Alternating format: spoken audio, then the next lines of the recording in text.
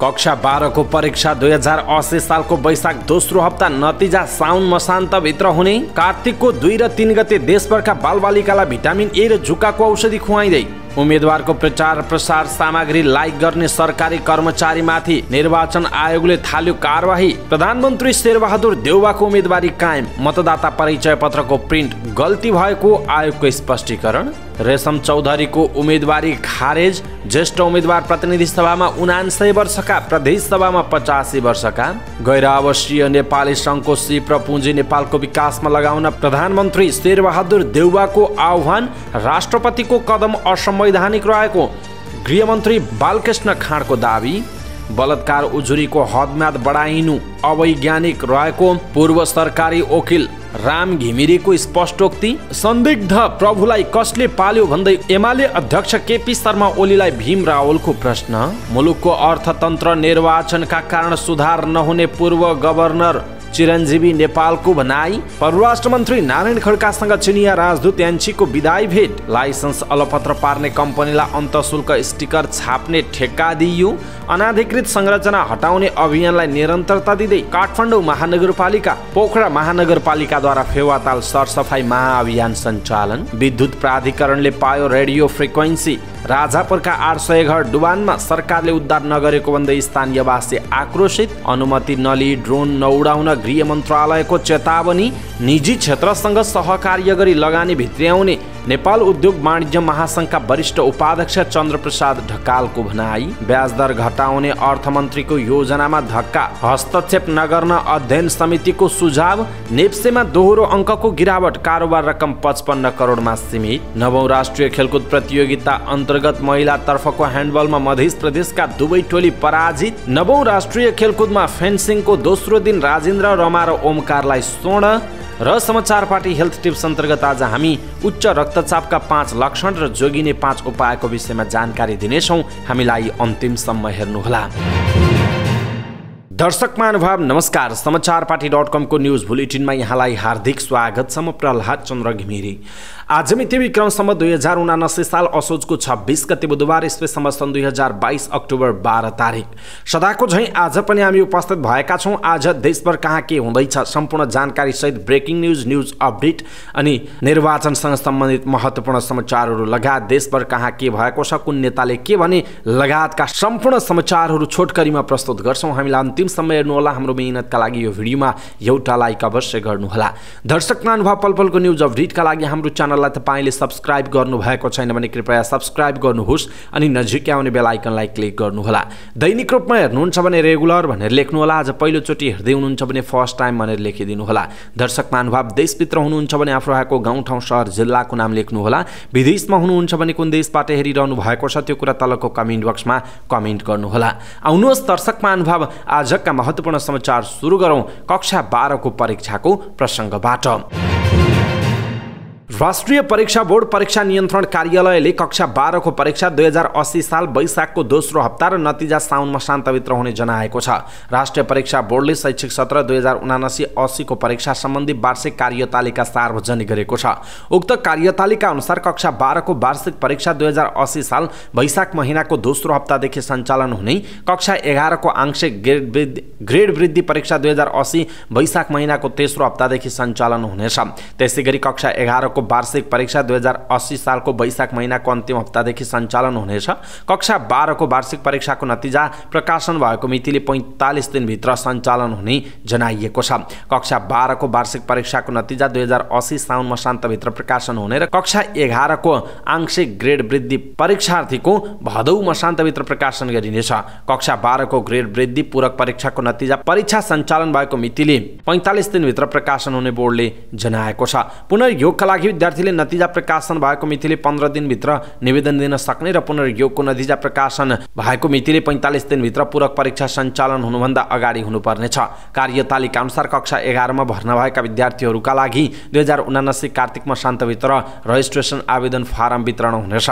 कक्षा 11 मा नयाँ भर्ना भएका विद्यार्थीहरूको रजिस्ट्रेसन आवेदन फारम 2079 पुष 15 गतेभित्र भरिसक्नुपर्ने। विलम्ब शुल्क सहित पुष मसान्तसम्म र विद्यालयहरूले माघ 15 गतेभित्र सम्बन्धित कार्यालयमा बुझाउनु पर्ने। सम्बन्धित कार्यालयहरूले फागुनको 15 गतेभित्र सम्बन्धित विद्यालयहरूलाई ट्रिप्लिकेट सहित रजिस्ट्रेसनको अर्धकट्टी वितरण गर्नुपर्ने उल्लेख छ। कार्यतालिका अनुसार कक्षा 12 मा अध्ययनरत विद्यार्थीहरूले 2079 पुष 1 गतेबाट सम्बन्धित विद्यालयहरूलाई परीक्षा आवेदन फारम वितरण गर्ने, 2079 पुष 16 गतेदेखि माघ 15 गतेसम्म सम्बन्धित विद्यालय र क्याम्पसहरूले कक्षा 11 को आंशिक ग्रेड वृद्धि र कक्षा 12 को नियमित तथा आंशिक ग्रेड वृद्धि परीक्षार्थीहरूको परीक्षा आवेदन फारम भर्नुपर्ने, माघ 16 गतेदेखि माघ मसान्तसम्म सम्बन्धित विद्यालय क्याम्पसहरूले विलम्ब शुल्क सहितको परीक्षा आवेदन भराउनु पर्नेछ। विद्यालय क्याम्पसहरूले फागुन 15 गतेसम्म बोर्डका सम्बन्धित कार्यालयमा परीक्षा आवेदन फारम बुझाउनु पर्ने जनाइएको छ। 2080 साल वैशाखमा कक्षा 12 को नियमित आंशिक ग्रेड वृद्धि एवं कक्षा 11 को आंशिक ग्रेड वृद्धि परीक्षार्थीको वार्षिक परीक्षाको समय तालिका 2079 माघ मसान्तभित्र प्रकाशन हुने र परीक्षा केन्द्र फागुन मसान्तभित्र निर्धारण गरिनेछ। 2079 चैत मसान्तभित्र विद्यालयहरूलाई विद्यार्थीको प्रवेश पत्र तथा ट्रिप्लिकेट वितरण गरिने जनाइएको छ। सरकारले 5 वर्ष मुनिका बालबालिकाहरूलाई भिटामिन ए क्याप्सुल र जुकाको औषधि खुवाउने तयारी गरेको छ। स्वास्थ्य सेवा विभाग अन्तर्गत परिवार कल्याण महाशाखाले आगामी कार्तिक 2 र 3 गते भिटामिन ए क्याप्सुल र जुकाको औषधि खुवाइने जनाएको छ। भिटामिन ए कार्यक्रम मार्फत 6 देखि 59 महिनाका बालबालिकाहरूलाई भिटामिन ए क्याप्सुल खुवाइनेछ। त्यस्तै 1 देखि 5 वर्षसम्मका बालबालिकाका लागि जुकाको औषधि खुवाइने विभागले जनाएको छ। 2 दिने अभियानमा 6 देखि 59 महिनाका करिब 27 लाख बालबालिकाहरूलाई भिटामिन ए र 23,93,000 बढी बालबालिकाहरूलाई जुकाको औषधि खुवाइने महाशाखाले जनाएको छ। 6 महिनादेखि 59 महिनासम्मका बालबालिकामा हुन सक्ने स्वास्थ्य जटिलता तथा कुपोषणको जोखिम न्यूनीकरण गर्नका लागि सरकारले विक्रमसम्म 2050 सालदेखि भिटामिन ए कार्यक्रम सञ्चालन गर्दै आएको छ। जुकाको औषधि विक्रमसम्म 2056 सालबाट खुवाउन थालिएको हो। निर्वाचन आयोगले सरकारी तलब भत्ता खाने व्यक्तिले कुनै पनि उम्मेदवारको पक्ष विपक्षमा प्रचार प्रसार गर्न नपाइने भन्दै त्यसबारे आवश्यक कारबाही अगाडि बढाएको छ। अनुगमनका क्रममा कतिपय कर्मचारी तथा शिक्षकहरूले उम्मेदवारसँग तस्बिर खिचाई, बधाई तथा शुभकामना दिने, राजनैतिक दल र उम्मेदवारका प्रचार सामग्रीहरूको सेयर र लाइक गरेको पाइएको भन्दै आयोगले उनीहरूमाथि आवश्यक कारबाही थालेको जनाएको छ। निर्वाचन आचार संहिता 2072 मा नेपाल सरकार, प्रदेश सरकार र स्थानीय तह अन्तर्गतका निकाय, अर्ध सरकारी तथा सार्वजनिक संस्था र सोमा कार्यरत कर्मचारी, विद्यालय, महाविद्यालय या विश्वविद्यालय तथा सोमा सम्बद्ध कर्मचारी, प्राध्यापक तथा शिक्षक, सरकारी वा गैर सरकारी निकायबाट सञ्चालित परियोजना, विकास समिति तथा सोका कर्मचारीले पालना गर्नुपर्ने आचरणबारे स्पष्ट व्यवस्था गरिएको छ। आचार संहितामा राजनैतिक दल वा उम्मेदवारहरूको पक्ष वा विपक्षमा प्रचार प्रसारमा संलग्न हुन वा प्रचार प्रसार गर्न नहुने र सामाजिक सञ्जालमा राजनैतिक दल वा उम्मेदवारको पक्ष विपक्षमा कुनै सन्देश, सूचना, प्रचार प्रसार सामग्री पोस्ट वा सेयर गर्न वा सामाजिक सञ्जाल मार्फत मत माग्न नहुने व्यवस्था गरिएको छ। आचार संहिता विपरीतका काम गर्नेलाई स्पष्टीकरण सोधी आवश्यक कारबाहीको प्रक्रिया अगाडि बढाइएको आयोगले स्पष्ट पारेको छ। प्रधानमन्त्री शेरबहादुर देउवाको उम्मेदवारी विरुद्ध परेको उजुरी मुख्य निर्वाचन अधिकृतको कार्यालयले खारेज गरिदिएको छ। मतदाता नामावलीमा र नागरिकतामा देउवाको जन्ममिति फरक रहेको भन्दै उजुरी परेको थियो, तर मतदाता परिचय पत्रमा भएको जन्ममितिमा प्रिन्ट मिस्टेक भएको पाइएको डडेलधुराका मुख्य निर्वाचन अधिकृत बालकृष्ण वाग्लेले जानकारी दिनुभयो। देउवाको नागरिकतामा जन्ममिति 2003 जेठ 31 रहेको छ। मतदाता नामावलीमा भने जन्ममिति 2002 जेठ 31 लेखिएको छ। जन्ममिति फरक परेको भन्दै देउवाका प्रतिस्पर्धी कर्ण मल्लले सोमबार मुख्य निर्वाचन अधिकृतको कार्यालयमा उजुरी दिनुभएको थियो। मंगलबार देउवाको तर्फबाट उहाँकी पत्नी कांग्रेस केन्द्रीय सदस्य आरजु देउवाले लिखित जवाफ बुझाउनु भएको जनाइएको छ। त्यसपछि मुख्य निर्वाचन अधिकृतको कार्यालयले मल्लको उजुरी खारेज गर्दै मतदाता परिचय पत्रमा देउवाको जन्ममिति गलत उल्लेख भएको प्रष्टीकरण दिएको छ। मुख्य निर्वाचन अधिकृत वाग्लेले भन्नुभएको छ, नागरिकता अनुसार नै हुनुपर्ने उहाँको जन्ममिति मतदाता परिचय पत्र र मतदाता नामावलीमा टाइप गर्दा गलत भएको रहेछ। उहाँले अघि भन्नुभयो त्यो सामान्य प्रिन्ट गल्ती हो, त्यसैले उहाँ कर्ण मल्लको दाबी कानुन समेत देखिएन, उहाँको उजुरी खारेज गरियो, उहाँको भनाइरहेको छ। टिकापुर घटनामा दोषी ठहर भई कारागारमा रहेका रेशम चौधरीको उम्मेदवारी खारेज भएको छ।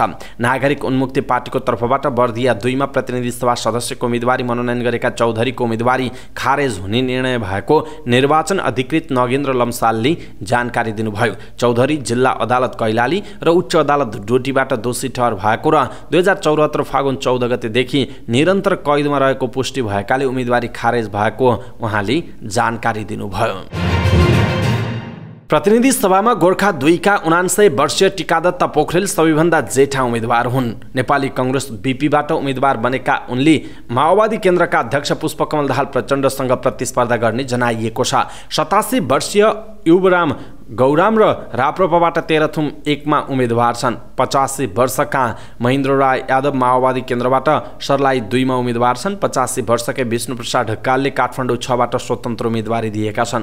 प्रदेश सभाका सबैभन्दा जेठा उम्मेदवार भने पर्वतका बालकृष्ण पौडेल छन्। राप्रपा नेपालबाट पर्वत 1 ख बाट उम्मेदवारी दिएका उनी 85 वर्षका हुन्। राप्रपा नेपालले नै म्याग्दी 1 ख मा झलक बहादुर बानियालाई प्रदेश सभाको उम्मेदवार बनाएको छ। 75 वर्ष र त्यसभन्दा माथिका 20 जना वृद्धहरू प्रदेश सभामा देशभर उम्मेदवार बनेका छन्। बुधबार उम्मेदवारहरूले मनोनयन पत्र फिर्ता लिने समय तालिका तोकिएको छ। त्यस अघिसम्मको निर्वाचन आयोगको अन्तिम विवरण अनुसार 40 देखि 60 वर्षका प्रौढहरूको बाहुल्यता छ। कुल 3481 उम्मेदवार मध्ये 40 देखि 60 वर्षका 1995 उम्मेदवार छन्। यो कुल उम्मेदवारीको 57% रहेको जनाइएको छ। गैर आवासीय नेपाली सङ्घको साधारण सभामा प्रधानमन्त्री शेरबहादुर देउवाले नेपालमा पुँजी लगानी गरी नेपालको विकासमा सहयोग गर्न गैर आवासीय नेपालीहरूलाई आह्वान गर्नुभएको छ। गैर आवासीय नेपाली सङ्घको वार्षिक साधारण सभालाई सम्बोधन गर्दै उहाँले यस्तो आह्वान गर्नुभएको हो। प्रधानमन्त्री देउवाले गैर आवासीय नेपाली सङ्घलाई सहज रूपमा लगानी गर्न सक्ने र लगानीको प्रतिफल उपभोग गर्न सक्ने वातावरण निर्माण गर्न सरकार प्रतिबद्ध रहेको बताउनु भएको छ। उहाँले हरेक गैर आवासीय नेपालीहरूले विदेशमा नेपालको पहिचान जगाउन विदेशी लगानीकर्तालाई लगानी गर्न उत्प्रेरित गर्न महत्त्वपूर्ण भूमिका खेल्नुपर्ने आवश्यकता रहेको बताउनुभयो। गृहमन्त्री एवं नेपाली कांग्रेसका नेता बालकृष्ण खाँडले आगामी मक्सिर 4 गते हुने प्रतिनिधि सभा र प्रदेश सभा निर्वाचनमा सत्तारूढ गठबन्धनलाई 2/3 बहुमत दिन आम मतदातालाई आह्वान गर्नुभएको छ। गृहमन्त्री खाँडले नागरिकताविहीन नेपाली नागरिकलाई नागरिकता दिन पनि संविधान संशोधन गर्नुपर्ने भएकाले पनि सत्तारूढ गठबन्धनलाई 2/3 बहुमत आवश्यक रहेको उहाँले जिकिर गर्नुभएको छ। काठमाडौँमा आयोजित एक कार्यक्रममा उहाँले नागरिकता दिने संवैधानिक व्यवस्था कार्यान्वयन गर्न नसकिएको उल्लेख गर्नुभयो। गृहमन्त्री खाँडले राष्ट्रपतिको सो गैर संवैधानिक कामको विरोध गरेर सो नागरिकता विधेयक प्रमाणीकरणका लागि दबाब दिन पनि गैर आवासीय नेपालीहरूलाई अनुरोध गर्नुभएको छ। बलात्कारको घटनामा उजुरी दिने हदम्याद बढाइनु अवैज्ञानिक भएको धारणा सरोकारवालाहरूले राखेका छन्। मंगलबार सार्वजनिक प्रतिरक्षक समाज नेपालले आयोजना गरेको बालबालिका तथा विपन्न वर्गको न्यायमा पहुँच समाजशास्त्रीय दृष्टिकोण विषयक अन्तर्क्रिया कार्यक्रममा बोल्दै पूर्व सरकारी वकिल तथा हाल कानुन विषयमा प्राध्यापनरत राम घिमिरेले बलात्कारको घटनामा हदम्याद बढाइनु अवैज्ञानिक भएको बताउनुभयो। उहाँले कसैले माग गरेको भरमा राजनैतिक तहले झुकेर हदम्याद बढाउनु नहुने तर्क गर्नुभएको हो। हदम्याद क्षमता, पहुँच र अवसर नभएकाहरूका लागि हुनुपर्ने भए पनि पहुँच हुनेहरूले नै दुरुपयोग गरेको उहाँले बताउनुभयो। हदम्याद बढाइएका कारण निश्चित मानिसहरू अन्यायमा परेको उहाँको भनाइरहेको छ। दर्शक महानुभाव, यसप्रति तपाईँको धारणा के छ? आफ्नो धारणा तलको कमेन्ट बक्समा कमेन्ट गर्नुहोला।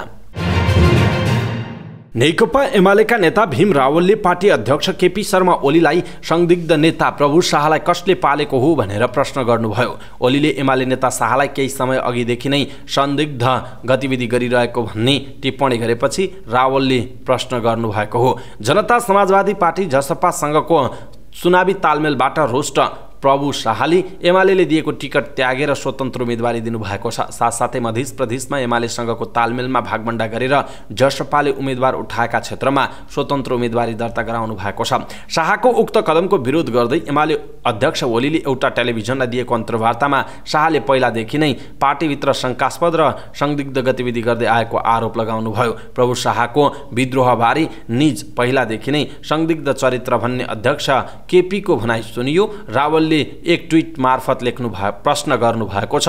हरियो सर्प भनेको पनि आयो। संदिग्ध र हरियो सर्पलाई माथि चढाउन जिम्मेवार को र आज अनेकौं संदिग्ध र रङ्गीबिरङ्गी सर्प किन हुर्काइँदैछ भन्ने पनि स्पष्ट गर्ने कि भनेर उहाँले प्रश्न गर्नु भएको छ। दर्शक महानुभाव, यसप्रति तपाईँको धारणा के छ? आफ्नो धारणा तलको कमेन्ट बक्समा कमेन्ट गर्नुहोला। निर्वाचनको समयमा हुने आर्थिक गतिविधिहरूले मुलुकको अर्थतन्त्रमा समेत 2% आर्थिक वृद्धि हुने विभिन्न अध्ययनहरूले देखाएको छ। विगतमा नेपालमा पनि निर्वाचनताका हुने आर्थिक गतिविधिले अर्थतन्त्रलाई चलायमान बनाएको देखिन्छ। निर्वाचनको बेलामा राजनीतिक दलका उम्मेदवारहरूले निर्वाचन जित्नका लागि अत्याधिक खर्च गर्ने गर्छन्। निर्वाचनमा प्रयोग हुने खाद्य सामग्री र सवारी साधनमा खर्च गर्दा आर्थिक गतिविधि चलायमान बन्छ। निर्वाचनको समयमा आर्थिक गतिविधि बढी चलायमान हुने भएकाले अर्थतन्त्र पनि सोही अनुसार चलायमान बन्ने आकलन गरिन्छ। तर आगामी मक्सिर 4 गते हुने संघ र प्रदेशको निर्वाचनका समयमा मुलुकको अर्थतन्त्र सुस्त गतिमा अगाडि बढिरहेको छ भने बजारले 1 वर्षदेखि तरलता अभाव झेलिरहेको पनि मुलुकको अर्थतन्त्र निर्वाचनका कारण खासै सुधार नहुने विज्ञहरू बताउँछन्। नेपाल राष्ट्र बैंकका पूर्व गभर्नर डाक्टर चिरञ्जीवी नेपालले आगामी मक्सिर 4 गतेको संघ र प्रदेशको निर्वाचनले मुलुकको अर्थतन्त्रमा सुधार नहुने बताउनुभयो। परराष्ट्र मन्त्री डाक्टर नारायण खड्कासँग नेपालका लागि चिनिया राजदूत हौ याङछीले विदाई भेट गर्नु भएको छ। मंगलबार सिंहदरबार स्थित मन्त्री खड्काको कार्यकक्षमा अर्को महिना चीन फर्कने तयारीमा रहनु भएकी राजदूत याङछीले भेट गर्नु भएको हो। परराष्ट्र मन्त्रालयका अनुसार भेटमा द्विपक्षीय चासोका विषयमा छलफल भएको थियो। उहाँले यसअघि परराष्ट्र सचिव भरतराज पौड्यालसँग पनि विदाई भेट गर्नु भएको थियो। आफ्नो 4 वर्षे कार्यकाल पूरा गरी स्वदेश फर्कन लाग्नु भएकी राजदूत याङछीलाई चीनले पछि दक्षिण पूर्व एसियाली राष्ट्रहरूको संगठन association of south east Asian nations ASEAN क्षेत्रको राजदूतको रूपमा पठाउन लागेको जनाइएको छ। उहाँ सन् 2018 डिसेम्बरमा नेपालका लागि चिनिया राजदूत बनेर आउनु भएको थियो। राजदूत याङछीको 4 वर्षे कार्यकालमा 2 देशबीच उच्च स्तरीय भ्रमणहरू हुनुका साथै 2 देशबीच महत्त्वपूर्ण क्षेत्रमा सहकार्य समेत भएको छ। अन्ततः अन्तःशुल्क स्टिकर छपाईको जिम्मा मद्रास सेक्युरिटी प्रिन्टर्सले पाएको छ। सर्वोच्च अदालतले मद्रास सेक्युरिटी प्रिन्टर्सलाई स्टिकर छपाईको जिम्मा दिन बाटो खोलिदिएपछि खरिद सम्झौता भएको आन्तरिक राजस्व विभागले जनाएको छ। मद्रास सेक्युरिटी प्रिन्टर्स नेपालमा स्मार्ट लाइसेन्सको प्रणाली निर्माण, कार्ड आपूर्ति, छपाईको जिम्मा लिएको कम्पनी हो जसले सम्झौता अनुसार समयमै लाइसेन्स छापेर दिन सकेको थिएन भने उसले बनाएको प्रणाली अहिलेसम्म समस्याग्रस्त छ। अन्तःशुल्क स्टिकर खरिद प्रक्रियामाथि सर्वोच्च अदालतमा परेका 2वटा मुद्दा न्यायाधीश द्वय प्रकाश कुमार ढुङ्गाना र कुमार चुडालको संयुक्त इजलासले भदौ अन्तिम सातामा खारेज गरेसँगै पुरानै प्रक्रिया अनुसार छनौट भएको मद्रास सेक्युरिटी प्रिन्टर्सले नै ठेक्का हात पारेको जनाइएको छ। काठमाडौँ महानगरपालिकाले अनधिकृत संरचना र नक्सा विपरीत प्रयोजन भएको बेसमेन्ट हटाउने अभियानलाई निरन्तरता दिएको छ। महानगरले मंगलबार पशुपति क्षेत्रमा अनाधिकृत र मापदण्ड विपरीतको संरचना हटाएको छ। काठमाडौँ 9 स्थित सञ्चार मार्गमा रहेको 7वटा कबाडी व्यवसाय बन्द गराएको महानगर प्रहरीले जनाएको छ। नगर प्रहरी निरीक्षक किशोर भट्टराईले बिना दर्ता नै सञ्चालनमा रहेको 7वटा कबाडी व्यवसायमा सेल गरेको बताउनुभयो। उहाँले वडा कार्यालय मार्फत सूचना निकालेर व्यवसाय दर्ता र मापदण्डमा काम गर्न अनुरोध गरे तापनि अटेर गरेको भन्दै सिल गरिएको बताउनु भएको छ। महानगरले होप हस्पिटलको बेसमेन्ट पनि खाली गराएको छ। सोही क्षेत्रको बलिउड रेस्टुरेन्टको बेसमेन्ट पनि खाली गराइएको भट्टराईले बताउनु भएको छ।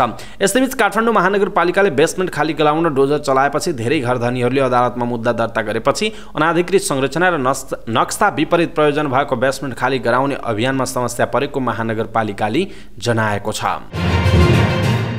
पोखरा स्थित फेवातालमा जलकुम्भी झार फैलिएपछि सरसफाई अभियान सञ्चालन गरिएको छ। पोखरा महानगरपालिकाको आयोजनामा विभिन्न सङ्घ संस्थाले फेवाताल सरसफाई गरेका हुन्। अभियान अन्तर्गत ड्याम साइडदेखि चङ्खपुरसम्म सरसफाई गरिएको छ। 33वटा वडाले 33वटा स्थानमा सरसफाईको नेतृत्व लिएका थिए।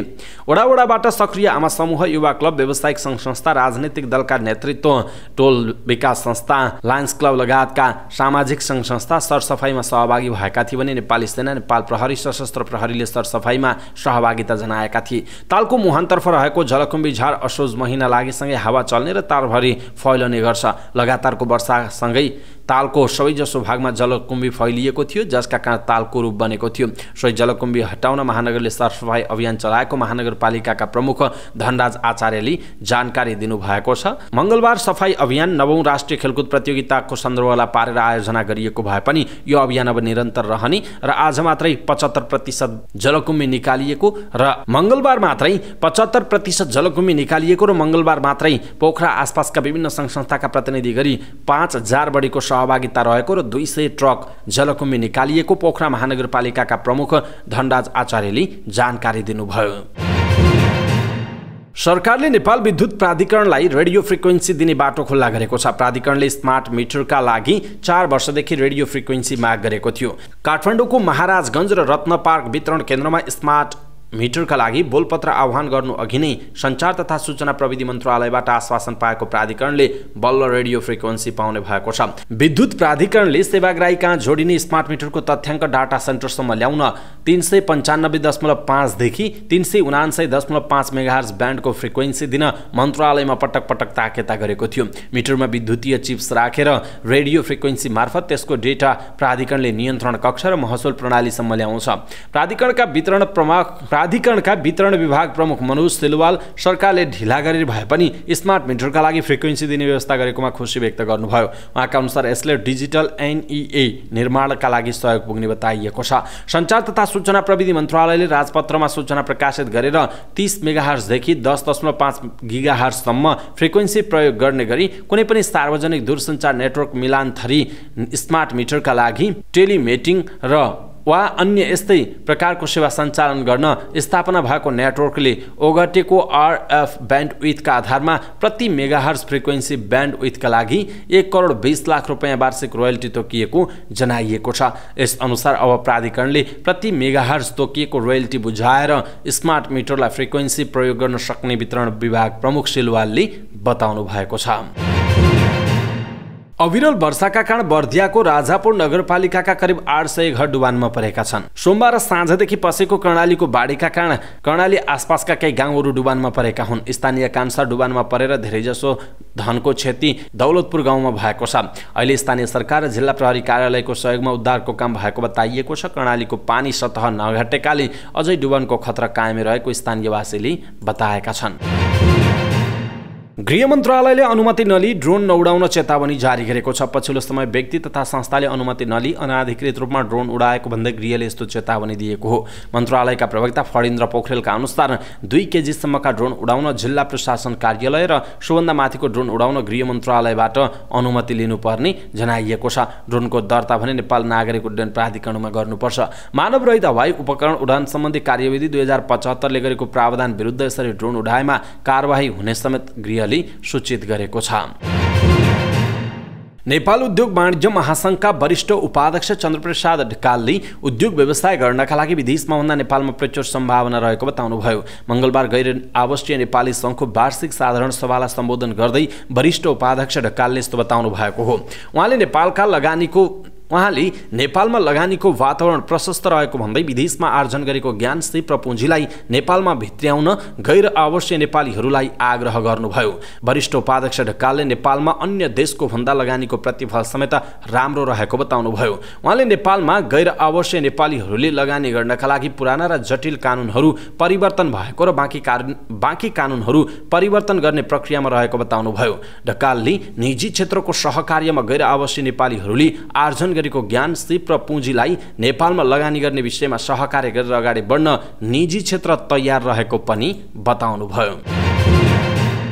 पछिल्लो महिनामा अर्थमन्त्री जनार्दन शर्माले ब्याजदर घटाउन जोडबल मात्रै गर्नु भएन, त्यसका लागि मन्त्रालयका सहसचिवको संयोजकत्वमा अध्ययन समितिले बनाउनु भयो। तरलता अभाव चर्किँदै गर्दा ब्याङ्कहरूले ब्याजदर बढाएसँगै उद्योगीहरू आन्दोलनमा उत्रिएपछि अर्थमन्त्री शर्माले सार्वजनिक रूपमै जसरी पनि ब्याजदर घटाउने बताउँदै आउनु भएको थियो। तर उहाँले गठन गरेको समितिले ब्याङ्कको ब्याजदर निर्धारणमा हस्तक्षेप गर्न नहुने निष्कर्ष निकालेको छ। 8% आर्थिक वृद्धिको लक्ष्य भेट्टाउन तरलता व्यवस्थापन गर्न तत्कालीन, मध्यकालीन र दीर्घकालीन योजना बनाउनु पर्ने अवस्था र 7% मूल्य वृद्धिको लक्ष्यलाई वाञ्छित सीमाभित्र राख्न ब्याजदरलाई ब्याङ्कहरू बीचको प्रतिस्पर्धाकै अनाधार तोकिनुपर्ने समितिको निष्कर्ष रहेको छ। आनधार तोकिनुपर्ने समितिको निष्कर्ष छ। यसले ब्याङ्क ब्याजदर बजार अर्थतन्त्रलाई खुल्ला रूपमा छाड्नुपर्ने जनाइएको छ। शेयर बजारमा दोहोरो अङ्कको गिरावट भएको छ। साताको तेस्रो कारोबारको दिन मङ्गलबार बजार परिसूचक नेप्से 16.06 अङ्क 0.86%ले गिरावट भएर 1855.16 अङ्कमा बन्द भएको छ। दशैं बिदापछि आइतबार खुलेको नेप्से 44 अङ्कले वृद्धि भएर बन्द भएको थियो। सोमबार 27 अङ्कले गिरावट भएको नेप्से मङ्गलबार पनि घटेको छ। नेप्सेसँगै क वर्गका कम्पनीलाई मापन गर्ने सेन्सिटिभ इन्डेक्स पनि 3.21 अङ्कले गिरावट भएर 363.63 अङ्कमा बन्द भएको जनाइएको छ। मंगलबार व्यापार, होटल तथा पर्यटन र म्युचुअल फन्ड उपसूचकमा सामान्य वृद्धि हुँदा अन्य सबै उपसूचकमा गिरावट भएको छ। यता कारोबार रकम पनि घटेर 55 करोडमा सीमित भएको छ। आइतबार 84 करोडको कारोबार भएको बजारमा सोमबार बढेर 97 करोड पुगेको थियो। तर मंगलबार 17,68,692 किता शेयर किनबेच हुँदा 55 करोड 28,10,000 को मात्र कारोबार भएको छ। जसमध्ये नबिल बैंकको सर्वाधिक 3 करोड 10,09,000 को कारोबार हुँदा नेपाल लाइफको 2 करोड 43,68,000 र हिमालयन पावर पार्टनर कम्पनीको शेयर मूल्य 2 करोड 19 लाख को कारोबार भएको जनाइएको छ। अब खेल समाचार। 9औं राष्ट्रिय खेलकुद प्रतियोगिता अन्तर्गत महिलातर्फको ह्यान्डबल प्रतिस्पर्धामा कर्णाली प्रदेशले मध्य प्रदेशलाई 11-7 गोलको अन्तरले पराजित गरेको छ। पोखरा रङ्गशाला स्थित बहुद्देश्य कबड हलमा आयोजित प्रतियोगिताको पहिलो खेलमा कर्णालीले प्रतिस्पर्धात्मक जित निकाल्ने क्रममा अञ्जली साई र सङ्गीता सिंहले समान 5-5 गोलको योगदान गरेका हुन्। पुरुषतर्फको ह्यान्डबल प्रतिस्पर्धामा बागमतीले मध्य प्रदेशलाई 21-13 को स्कोरले पराजित गर्यो। सोनाम राकेश शेर्पाले बागमतीका लागि सर्वाधिक 5 गोल गरेका थिए। 9औं राष्ट्रिय खेलकुद प्रतियोगिता अन्तर्गत फेन्सिङ प्रतियोगिताको थप 3 स्वर्ण पदकको छिनफानो भएको छ। जसमध्ये एकल सेवरतर्फ एपीएफका राजेन्द्र गुजुरेल, महिलातर्फ फोयलमा आर्मीकी रमा सिंह र पुरुष इपीमा बागमती प्रदेशका ओमकार सिंहले स्वर्ण पदक जितेका छन्। एपीएफका गजुरेलले एपीएफका लागि पहिलो स्वर्ण जितेका हुन्। सेवरमा नेपाल आर्मीका उपेन्द्र बहादुर शाहीले रजत पदक जितेका छन्। रजत पदकमा आर्मीकै रघुवीर चन्द र एपीएफका खेमराज खत्रीले कांस्य पदकमा नाम लेखाएका छन्। महिलातर्फको फोयलमा स्वर्ण पदक एपीएफकी मनिषा राईले, रजत पदक र एपीएफकी मनिषा थापा र अनिता अधिकारीले कांस्य पदक हात पारेका छन्। पुरुषतर्फ इपीमा आर्मीका राम थापाले रजत पदक जिते भने गण्डकी प्रदेशका विजय अधिकारी र एपीएफका मीन कार्कीले कांस्य पदक जितेको जनाइएको छ। र समाचार पार्टी न्यूज बुलेटिनमा पालो भएको छ समाचार पार्टी हेल्थ टिप्स। समाचार पार्टी हेल्थ टिप्समा आज हामी उच्च रक्तचापका 5वटा लक्षण र 5वटा जोगिनी उपायको विषयमा जानकारी दिनेछौँ। हामीलाई अन्तिमसम्म हेर्नुहोला। नेपालमा करिब 47 लाख मानिसहरूमा उच्च रक्तचापको समस्या देखिएको अनुमान छ। तर करिब 10 लाख जना व्यक्तिले मात्रै आफ्नो रक्तचापबारे जानकारी रहेको र त्यसमध्ये 4 लाख जनाले मात्रै उच्च रक्तचापको नियमित औषधि खाने गरेको बताइन्छ। करिब 2 लाख जनामा उच्च रक्तचाप नियन्त्रणमा रहेको समेत देखिएको छ। त्यसो त उच्च रक्तचापका लक्षणहरू के हुन् त? टाउको दुख्ने, रिङ्गाटा लाग्ने, थकान महसुस हुने, एक्कासी नाकबाट रगत बग्ने, वाकवाकी लाग्ने र मुटुको धड्कन बढ्ने वा रोकिए जस्तो हुने गर्दछ। त्यस्तै उच्च रक्तचापबाट बच्ने उपायहरू: धूम्रपान र मदिरा सेवन नगर्ने, हरिया सागसब्जी र फलफुल धेरै खाने, खानेकुरामा नुनको प्रयोग कम गर्ने, रातो र धेरै बोसोयुक्त मासु कम खाने र नियमित व्यायाम तथा योगा गर्नुपर्दछ। दर्शक महानुभाव, आज हामीले छोटो तर अत्यन्त महत्त्वपूर्ण उच्च रक्तचापका 5 लक्षण र 5 जोगिनी उपायको विषयमा जानकारी दियौँ। कस्तो लाग्यो आफ्नो धारणा तलको कमेन्ट बक्समा कमेन्ट गर्नुहोला। हाम्रो मेहनतका लागि यो भिडियोमा एउटा लाइक अवश्य गर्नुहोला। हेल्थ टिप्स सबै नेपालीहरूमा आज पुर्याउनका लागि तपाईले आफ्नो फेसबुक, ट्विटर लगायतका सामाजिक सञ्जालमा शेयर गर्नुहोला। आफ्नो आफन्तजन इष्टमित्रलाई पनि मेसेन्जरमा पठाइदिनुहोला। अवस्था दर्शक महानुभाव, आजका महत्त्वपूर्ण समाचार, ब्रेकिङ न्यूज अपडेट लगायत तपाईँलाई काम लाग्ने हेर्नै पर्ने महत्त्वपूर्ण खबरहरू यति नै। हामीले प्रस्तुत गरेका यी समाचारहरूप्रति तपाईँको धारणा के छ? आफ्नो धारणा तलको कमेन्ट बक्समा कमेन्ट गर्नुहोला। हाम्रो मेहनतका लागि यो भिडियोमा एउटा सानो लाइक अवश्य गर्नुहोला। दर्शक महानुभाव, पलपलको न्यूज अपडेटका लागि हाम्रो च्यानललाई अहिलेसम्म सब्स्क्राइब गर्नुभएको छैन भने कृपया सब्स्क्राइब गर्नुहोस् अनि नजिकै आउने बेल आइकनलाई क्लिक गर्नुहोला। पलपलको न्यूज अपडेटका साथ फेरि हाम्रो भेट हुनेछ। तपाईँ समाचार पार्टी हेर्दै गर्नुहोस्। नमस्कार।